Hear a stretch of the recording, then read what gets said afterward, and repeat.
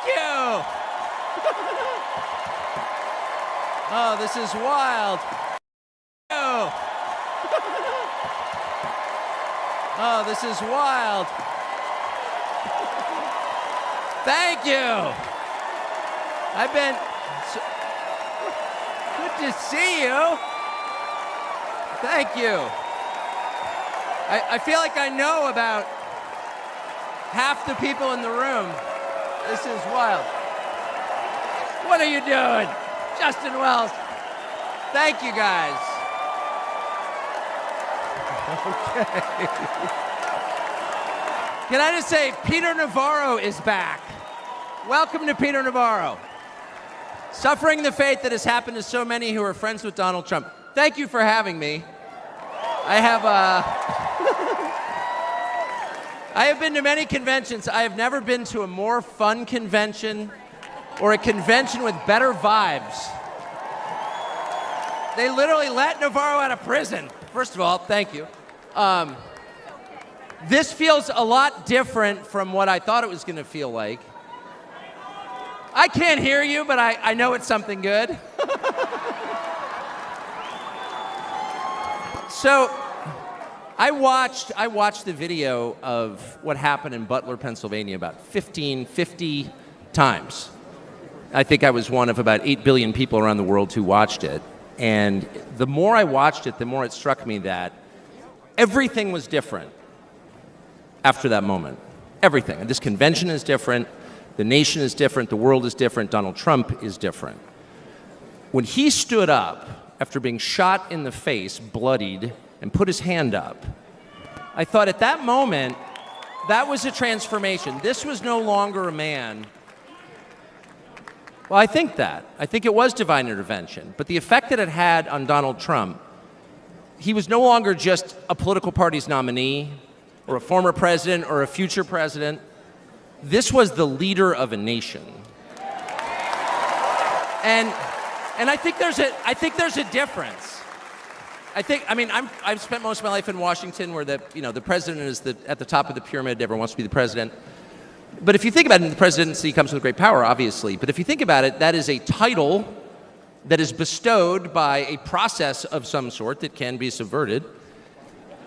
And in the end, it does not confer by itself, as no title does, legitimacy.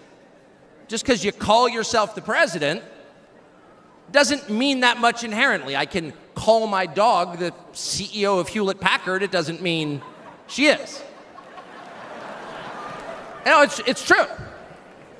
And you hate to say it, but it is also true, it is a fact, that you could take, a mannequin, a dead person, and make him president. You could. I'm just saying theoretically possible. With enough cheating, that could happen. But being a leader is very different. It's not a title. It's organic. You can't name someone a leader. A leader is the bravest man. That's who the leader is. That is true in all human organizations. This is a law of nature. And in that moment, Donald Trump, months before the presidential election, became the leader of this nation. That was the most obvious to me. And I have to say, I think it changed him. He reached out to Trump within hours of it that night. And what he said to me that night, having just been shot in the face, he said not a single word about himself. He said only how amazed he was and how proud he was of the crowd, which didn't run. And I thought two things. The first thing I thought was, well, of course they didn't run. His courage gave them heart. A leader's courage gives courage to his people. And the second thing I thought was, this is the selfish guy I've been hearing about for 9 years? Really? Not a word about himself? About his people, period. And the second thing I noticed, which I don't think anyone has remarked upon in public, but I'm just going to since I don't have a script, like why not, is that he turned down the most obvious opportunity in politics to inflame the nation after being shot. To inflame the nation, which is an opportunity that almost every other politician I've ever met, and certainly his opponents, would have taken instantly. And they would have said, well, what is this? How did he get shot? Like, how did this happen? And those are real questions that we have to get to the bottom of. But in the moments, the days, the week after the shooting, he did not say that. He did his best to bring the country together. And I thought, this is the divisive figure? This is the irresponsible person? No. This is the most responsible, unifying behavior of a leader I think I've ever seen. So the question is, where is he leading us?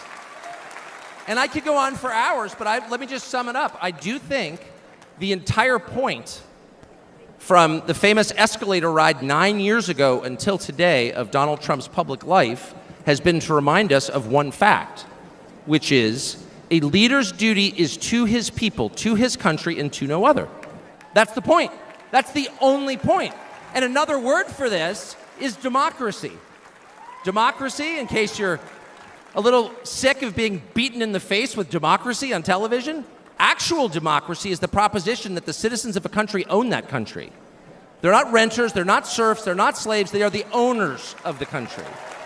And for that to be true, their leaders have to represent them, which is another way of saying they have to do what the people want them to do, or a close approximation thereof. But if they completely ignore what people want, not just 1 year, but generationally, say for 50 years, then it may be, I don't know what, it's not a democracy. And so I think the entire Trump project, paradoxically, is attacked as an enemy of democracy, is to return democracy to the United States.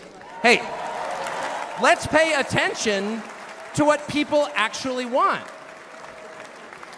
And the lack of interest in that question in Washington is something that ultimately drove me out of the city after 35 years.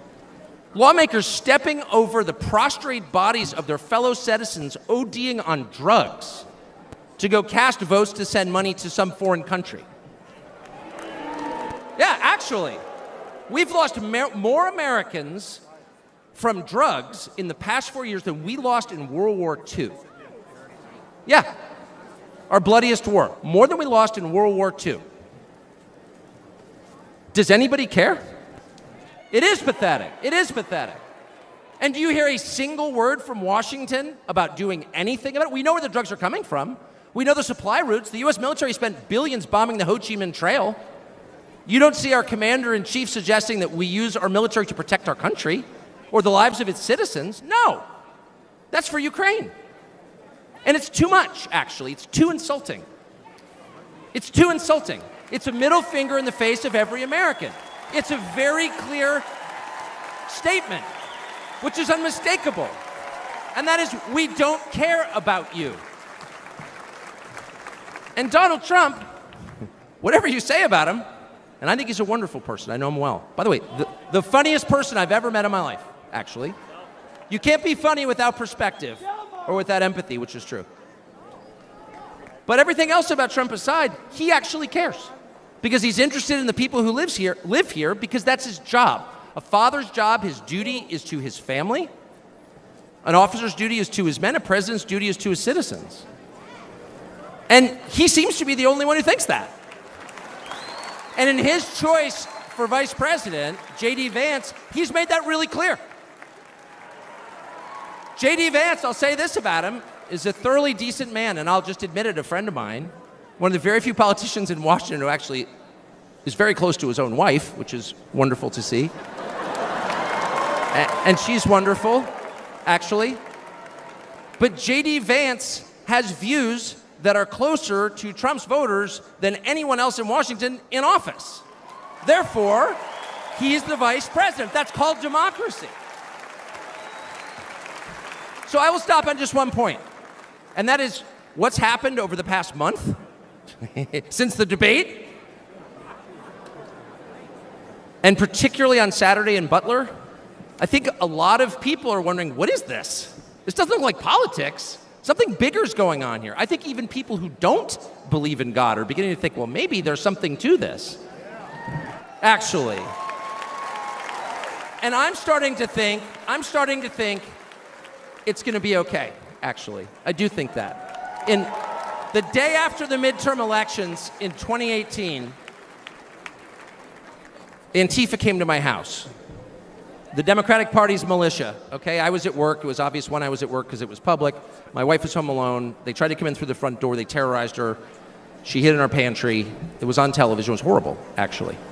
It was, I mean, I'm not whining about it. It wasn't getting shot in the face, but it wrecked our day. And the next morning, we're lying in bed, and the phone rings for my wife, and it's Donald Trump, who's not like a regular text buddy of Donald Trump's. She picks it up. Hello? Susie, it's Donald Trump. And it's coming through. I could hear it. You know, I'm lying in bed. Whoa. And the first thing he says is, I'm going to stand guard outside your house. And she goes, oh, that's so nice. And he says, I'll never forget this as long as I live. He says, you know, there's a lot of hate out there. And she said, you know, there is, Mr. President. And then he says, but there's a lot of love. There's a lot of love. And we are seeing that love. I don't think it's human love. And I'll just stop with this. I'm not always convinced that I'm on the right side. I've been on the wrong side many times. You'll never hear me say, I'm on God's side, or God's with me, or even I'm with God. I want to be, not sure I am. But I will say this unequivocally and conclusively. God is among us right now. And I think that's enough. God bless you. Jeff and Bill, weekday mornings from 6 to 10 on News Talk 710, KNUS.